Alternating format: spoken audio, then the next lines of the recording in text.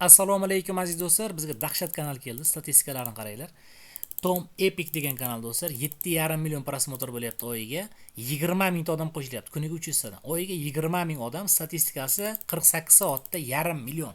Xullas kanal zo'r. Nima uchun sotyapti degan savol bor.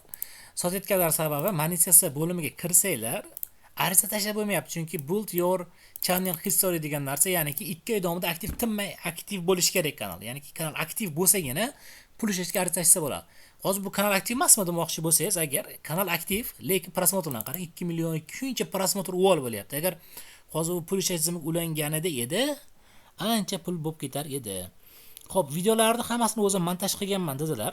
Ayrim videolarni YouTubedan yetdan betdan olgan ekanlar xullas.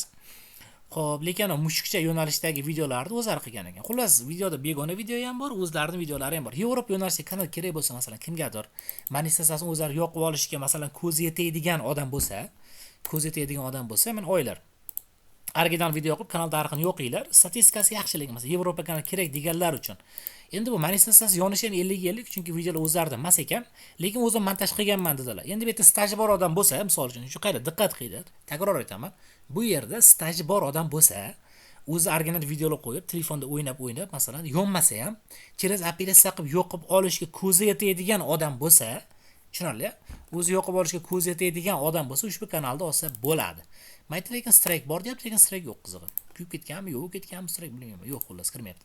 Xullas, mana shu kanalimiz sotiladi do'stlar. Kimga kerak bo'lsa, xo'p, kanalimiz narxi 3,5 million so'm deyapmiz. Oxirgi 1 oyda 20 ming odam qo'shilgan. 3,5 million so'm. Xo'p, bu kanalimiz qachongacha sotuvdi? Mana shu kanal tarixi yongangacha sotuvdi. Agar kanal tarixi yonib qolsa, o'zlari sotmaydi menimcha. Yonmagancha sotyaptilar.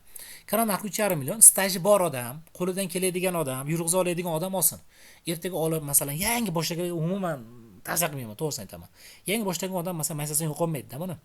Lekin masalan staj bor odam bo'lsa, balki eplab matarlaq bo'lsa bo'ladi-da. 50 ming obunachisi bor. Masalan, oxirgi 28 kunda 20 ming odam qo'shilayotgan bo'lsa, misol uchun 20 mingdan ketsa deylik, bir 3-4 oyda bir 100 mingga chiqadi-da, knopka qilsa bo'ladi, hech bo'lmaganda. Shuning uchun staj bor odamga taklif qilaman, tushundingizmi? Staj 3,5 million so'm deyapmiz, kelishamiz endi. Arzon narx, lekin real aytaman, arzon narx 3,5 millionga. Statistikasi zo'r. Xo'p, staji bor odam bo'lsa, marhamat, aloqaga chiqinglar. 99lik 791 32 32. Bu faqat telefon qilmanglar bunga, tushunmaysizlar baribir. Faqat SMS. Masalan, konkret olmoqchimisizlar mana shu kanalni? Xo'p, kanalga raqam qo'ymabmiz-ku. O'zim sizlarga raqam aytaman, kanalning raqamini. To'xtab turinglar, kanalga raqam qo'yaylik. Necha raqam qo'ysa ekan kanalga? Hozir 1 sekund. Kanalga raqam qo'yishga ulgurmagandim-da. Xo'p, kanalga 67 qo'yamiz xullas. Y67-kanalni olmoqchiman deb SMS yozasizlar, xo'pmi? Y67 99lik 791 32 32 ga Y67-kanal sotib olmoqchiman deb oddiy SMS yozasizlar. Yoki bo'lmasa Telegramdan aloqaga chiqinglar, gaplashamiz. Telefon qilmaylik, lekin telefon qilish yo'q do'stlar. Y67 shunaqa.